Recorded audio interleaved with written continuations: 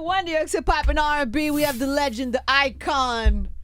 What else? What other words? Give me. That's good enough. You like that? Is that pleasing? Legend, icon. L.I. Those are good words. Those are good words. Babyface is in the building. Thank you. And also executive producer and what? Creator creator and writer and all of the things of this new Girls Night Out album. Yeah.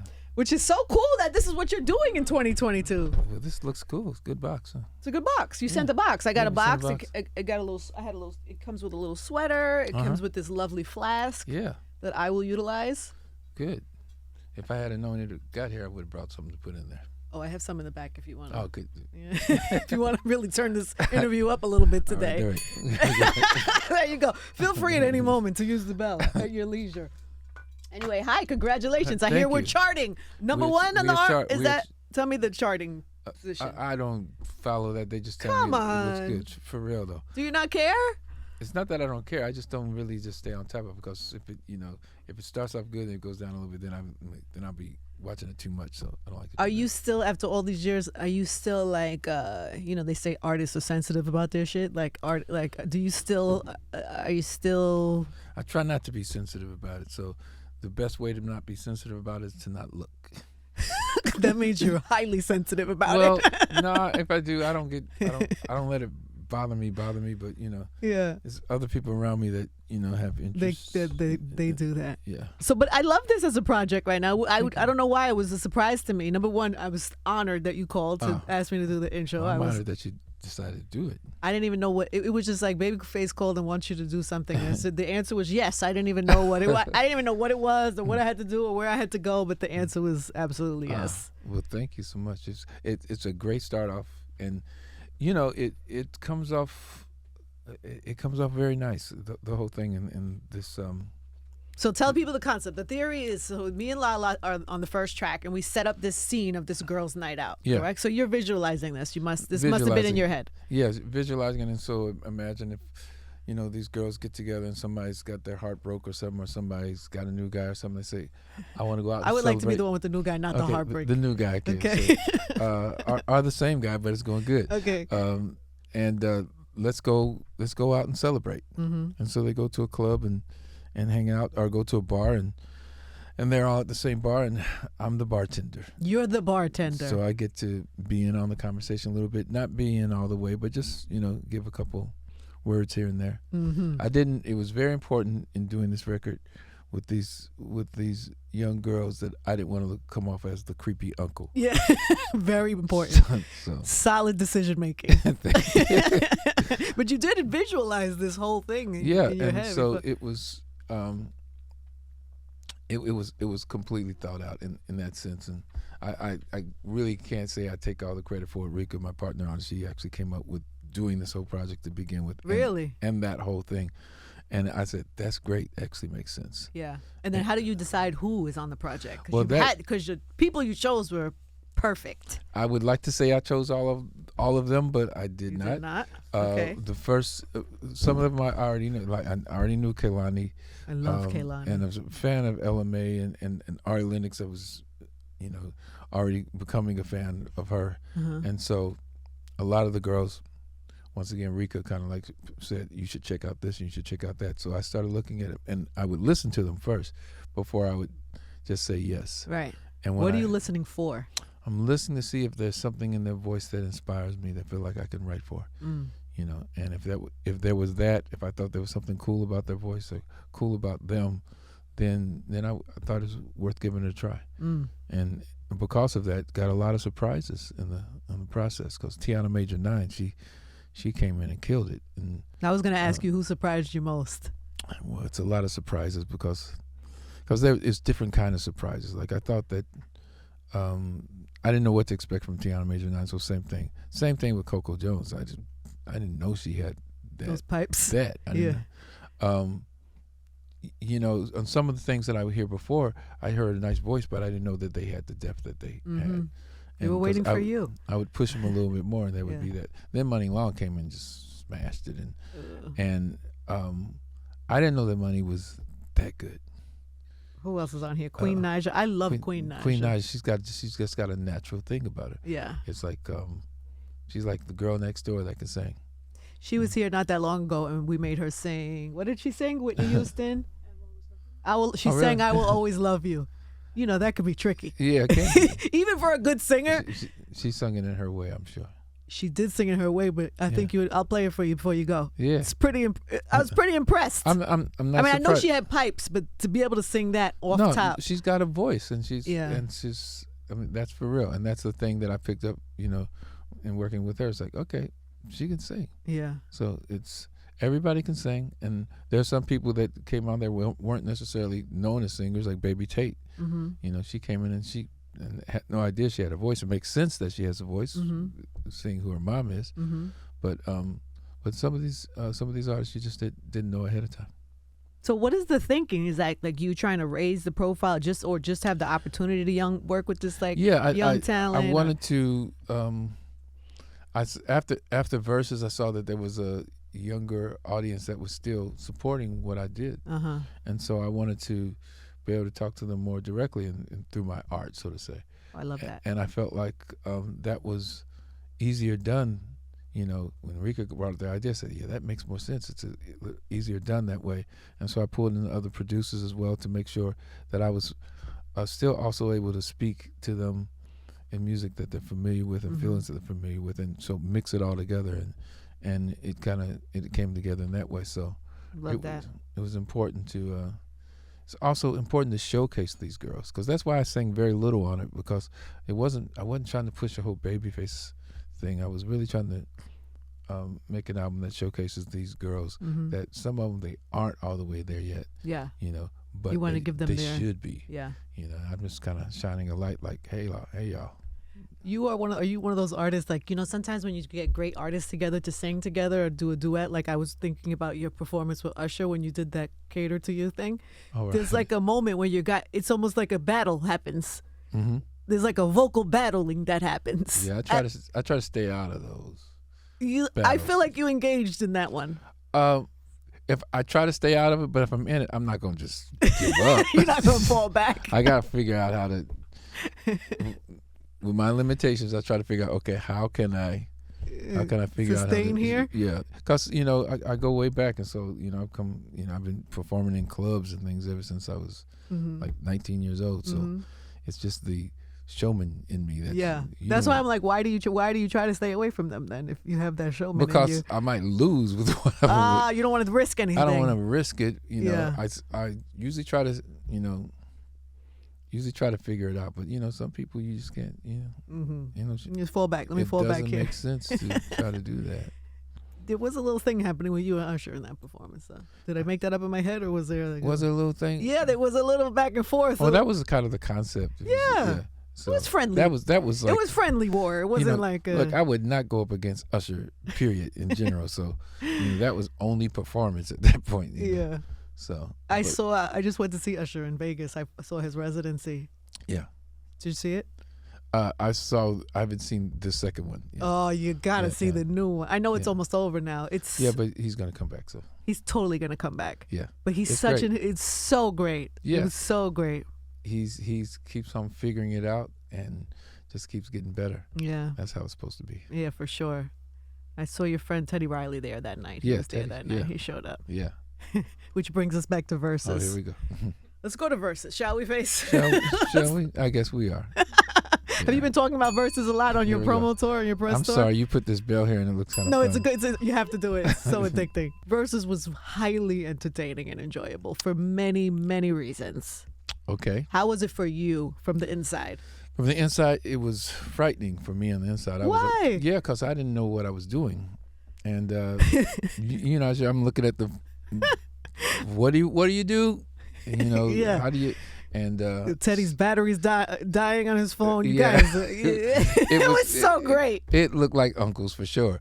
So it was giving Uncle. It gave Uncle in a big way, and neither of us want to be uncles like that. Mm-hmm. You want to be the cool uncle if you're gonna be an uncle. Yeah. But it was honest. It was so great. It was refreshing and fun and great, and you guys are icons. It's okay. So, it worked out that way. But all the other, where they start saying shady face and like I know how to, I swear I was never trying to throw shade on him at any point through it. Do you think it's just your like? What do you think that is? What was misunderstood? I have a dry sense of humor that sometimes can just come off like, oh, you throwing shade. Mm-hmm. It comes up like that. That's it's called sarcasm. Right? It's a sarcasm. Okay, maybe. But I wasn't even really trying to be. If I was really going there, I could have gone definitely hard, but I did not. That would have also been enjoyable for us as the viewer. That would have been good. I did not and would not. Are you happy you did it? Yes, I am. I'm more happy I did it because of the guy that pushed me, which was Andre Harrell. Because I wouldn't have done it. And Andre, he's the one that made it happen. He talked me into it. What is that conversation? I was like, I'm not going to do it. The whole story was like, initially I got a call that they wanted to do it, and initially it was between me, L.A., and Teddy, and then me, L.A., and Jimmy and Terry. Then that died, and then me, and then suddenly it was me and Teddy, and I heard that I was doing it like the Sunday before, and I didn't show up, and then Teddy was saying, he was scared, he didn't show up, and like when I heard on Saturday, I'm not showing up, I'm not doing that. I never said yes, so I didn't show up. They were talking stuff, I didn't care. I was like, they can say whatever, and then. It was coming up again. Then I got a call from Andre, where Andre was calling me like crazy, and I was ignoring his calls because I knew what he was calling about. And then he ultimately sent a text. Well, I have a text saved, but he sent me a text saying, "Look, this is about the celebration of music. This is what people need right now. This is for the culture. You are you're an icon. Both of you are important, and you need to do this for the right reasons." It's a lot more sentimental than that. I don't want to go through it too much, but he said the words that got me to say, "Okay, you're right. I'll do it, and I'll try this out." And then we did it that first Saturday, not knowing what was going to happen, right? Except the extravaganza that happened. Yeah. And I was a little, to be honest, I was a little worried when I saw him. He came with all this stuff. I said, "Oh man, he came to kill. He wanted to go to war. He's gonna knock me out." I'm like, damn. But I was prepared. We were prepared to play the music. Days. But he had hits too. He had a lot of hits. Yeah. And it wasn't like it was gonna be easy. And I mean, even if he did win, like it wasn't going to be. There was never going to be a landslide. It wouldn't have been a landslide. But it's really about how you fight. Yeah, how you choose your songs. You choose your songs, how you go at it, and I think he just, because first there was the technicality that where it stopped, and I was being as patient as I could, waited as long as I could, and then I'm sorry, but you can't get the sound together. It's not my fault anymore. So, and then when I pulled out, then I got messages from Puffy and everybody saying, "You won. That's it. It's over. You ain't got to go back." TKO, and it was just everybody saying, "You ain't even got to go back." And then that was, then I got a call from Andre saying, "You got to go back." I was like, "I don't want to go back," and they wanted to do it the next night, and I said, "No, I can't do it." And then Andre called, talked me into it again. Andre said, "You cannot leave Verzuz out that way because of technical reasons. You can't leave Teddy out there, Teddy like that. You respect him and love him too much to leave him out like that. So you need to do this." So that Andre Harrell he could get you to do anything. He was good. And he said, "You're all right. So let's do it 2020." And that was the plan. So what basically happened is that because it went so terribly wrong the first night, it built up all this anticipation, and that's where it became like a boxing match, where it was like, it was amazing, and so it was great. And then you wouldn't have had this amazing moments with Andre also in this conversation. This is, that's the thing that I take with me. I feel like because of Verzuz, it did put a different light on my career. And he said, one thing he said, that there are more hip hop people that are speaking your name than ever before at this moment. Said, this is not a moment you cannot miss. This is a moment that, I've been wanting you to have. And so you need to grab this. And oh my God, Andre. And he was so right about it. And that's what, I feel like everything, the whole renewal of with Babyface, I don't want to say renewal, but just to put a spark in you. Put a spark in me. You know, that's I feel like that's Andre. That's Andre working through me. I love that story. So he was so special that way, boy. He could really get you to do something. He could really get you to do something. He could. He was always that good. God bless Andre Harrell, man. Yeah. What a great story. And I'm so happy, and we're all happy that you did it. We I know it was rocky, but it was fun. Yeah. It was really good. So the album is out, Babyface, Girls Night Out. I have the full track listing here. And then what do you hope for this in the world? Where do you hope it lands? And what I just, more than anything, I hope that I know not all the girls, but at least some of the girls get something out of it, and it puts a light on them and lets everybody see that, okay, these are real artists, and that they can take something from it and go on, because once again, I'm on very little of it, so it's really not about me, it's about them. It also is a moment.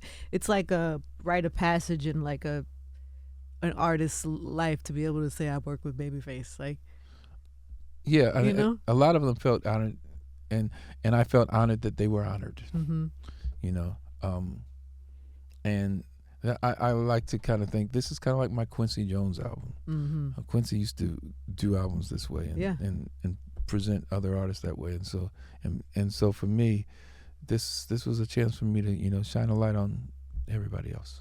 Is Quincy one of your He's it, yeah. Yeah, he's it, right? Oh, he's it. He's it. I yeah. mean, Quincy was, the one guy that I wanted to follow in his footsteps and do what he did. You can't do what he did. Mm-mm. There's no one will ever catch up. It's impossible. He produced from Michael Jackson to Frank Sinatra to Ella Fitzgerald to greats that I can pull out a good list today, mm-hmm. but my list cannot compare to Quincy's. And I'm not trying to compare, but in that sense, but there is something to his history and the things that he did, and so I was just to even be able to walk in his footsteps a little bit mm-hmm. is major. And like Quincy is definitely the I like to say, because of Quincy Jones, there's a song called "Can We Talk?" Mm-hmm. Because had he not, I had already given Tevin a song called "I'm Ready" that I'd written actually when I was in high school. Wow, I didn't know that. And so that song finally made it to Tevin, and then Quincy heard that. I said, "I love the song, but I need another one. I need one, that's even better." He pushed you to get "Can We Talk?" And so I dug in deep and came up with "Can We Talk?" You would have done anything probably that he asked you for it, right? Yeah. Yeah. But Michael Jackson used to have that ability too, where he'd push you, and you'd be working, and he'd come in and go, "No, I love that. I love what you're doing. It's great. It's wonderful. Now I need you to dig really deep and go somewhere you've never gone before." And I'm like thinking, where do we need to go? Yeah, you're right. I ain't gone in deep enough. Let me start digging. And you do it, then you hand it to him. He says, "That's great. Now I need you to dig a little deeper." Obviously didn't dig deep enough. So Teddy dug deep enough. So but that's the thing, a producer is supposed to inspire you mm-hmm. to want to do the best and go deeper. Yeah. Don't just be settled with the norm. If you have to name, you probably can't name your favorites that you've ever done. I'm sure people have asked you that all the time. But if you can name, you say, I'm sure Quincy is one, Michael is one, the artists that have pushed you the most to your greatness, That's hard. That is hard to say, because sometimes it's not. Sometimes it's just artists that where a song comes on the radio and you're like, oh man. The first time I heard Keith Sweat, I Want Her. I was like, oh, that is crazy. I'll never be able to do that. But wow, I want to feel something like, because it felt, and so when Teddy and Keith came with that, it was like, that's just amazing. and I remember Bobby at the time. Bobby's like, oh, I want to go get me some of that. That's how Bobby ultimately ended up over there doing My Prerogative. And so I guess my version of that was every little step, and but it's still not the same. But it was it's pretty great. Yeah, I'm not crying over it. But sometimes other artists write songs that hit you like, ooh, I want to have something as special as that. And digging deep, Elder Barge is a big one. He always inspired me. When first time I heard A Time Will Reveal, ooh, I was on a dance floor. I didn't even dance, and that made me want to dance, slow dance. That was my first time slow dancing, I think. Do people even slow dance anymore? I don't even know if that's a thing. They don't slow dance. They say we should bring that back. I don't know if we can. Maybe your next album should be a slow dance album. Yeah, I don't want to be slow dancing. No. People don't. COVID? Yeah, exactly. COVID is part of it too. But that's the interesting thing about the Girls' Night Out. It's like when everybody came in, and the whole idea was like, okay, we're going to write a song, and I want it to be something about what's going on in your life, and something that are you in love? Did you get your heart broke? Whatever you want to sing about. The only person that really wanted to sing about love was Ella. And that's how we Keeps On Falling. But other than that, everybody else, it wasn't about love. That's not what time it was. That's not what is happening. And that's why you don't really see love songs, or you don't see slow dancing or anything. Yeah, it's like Liquor, Game Over. This is what was on people's minds. Say Less. What's Ella's song called? Or Keep On Falling. Yeah. She's a romantic. We found one in the group. There's one in there. They all probably have it in them too. Yeah, they got it in them, but in general, it's different. The music is different. Does that make you sad? Because you're so good at those type of songs. No, I listened to see. You also write songs based off of what's going on, what people are listening to, what moves people. Mm-hmm. And a love song's not gonna necessarily move anybody if nobody's feeling love. So, like that.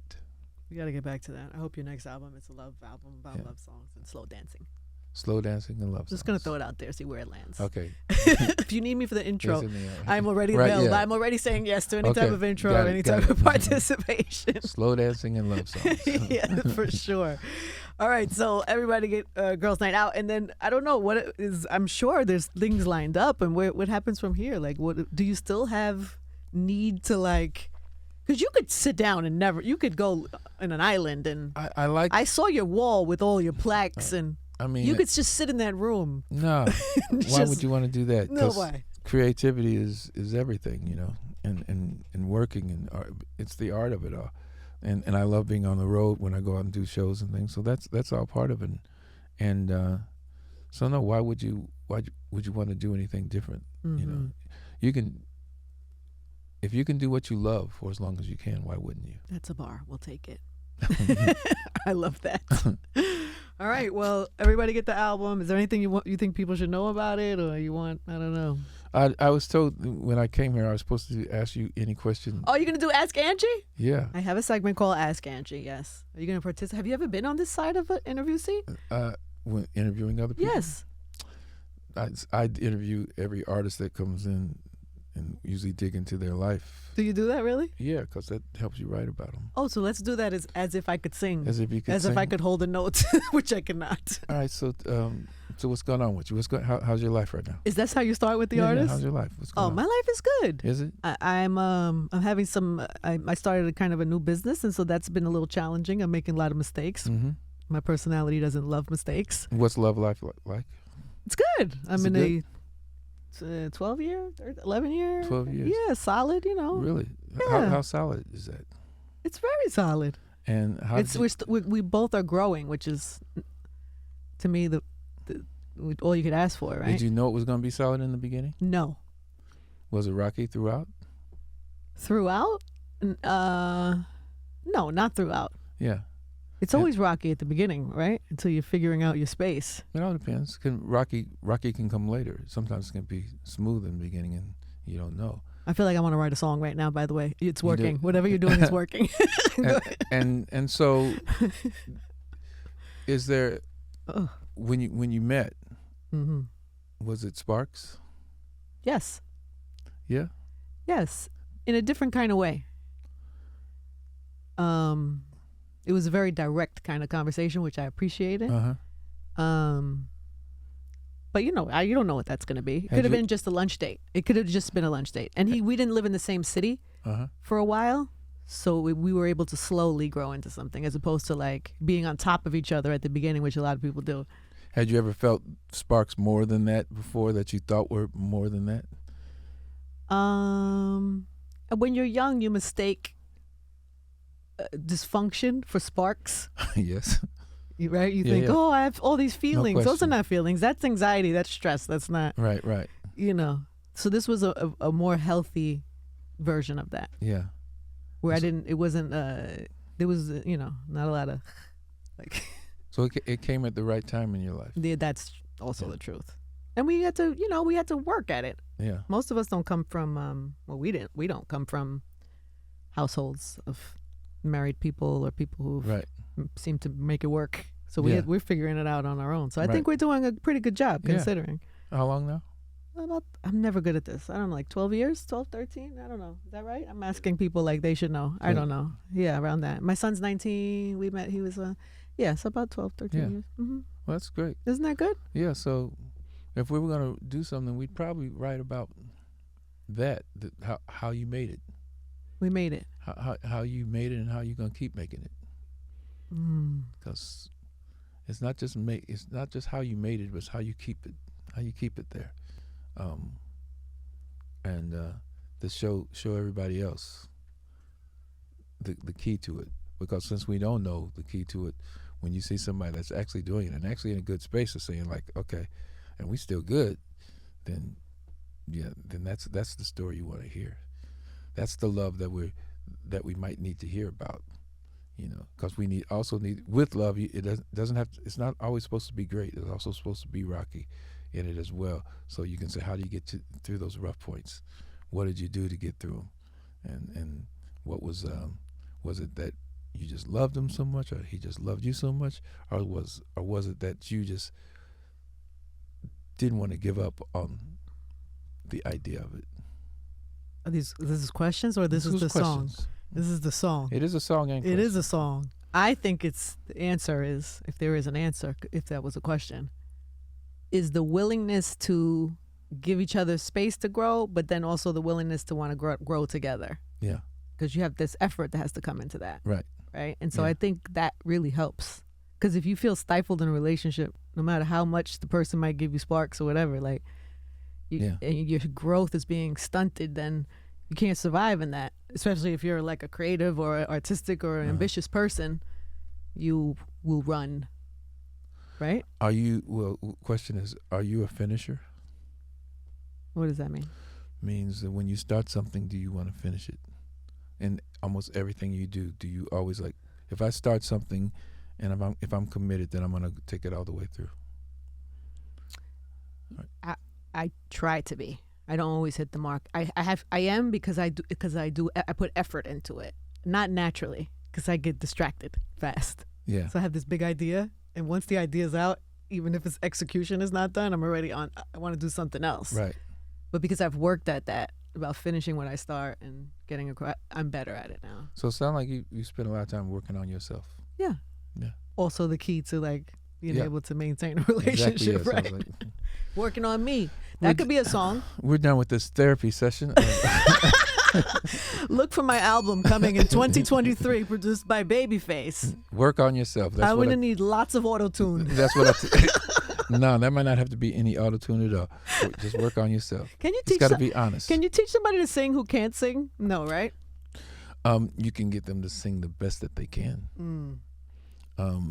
An auto-tune isn't always the answer. Mm-hmm. But if you can carry a tune a little bit, then it just depends on what you put around it to make them shine a little bit better. Because every singer that I've worked with in the past, they aren't always great singers. but they had something to add to a particular song that gave it a little thing. So is it too late for me in life to start a singing career? It's I don't want to lie to you.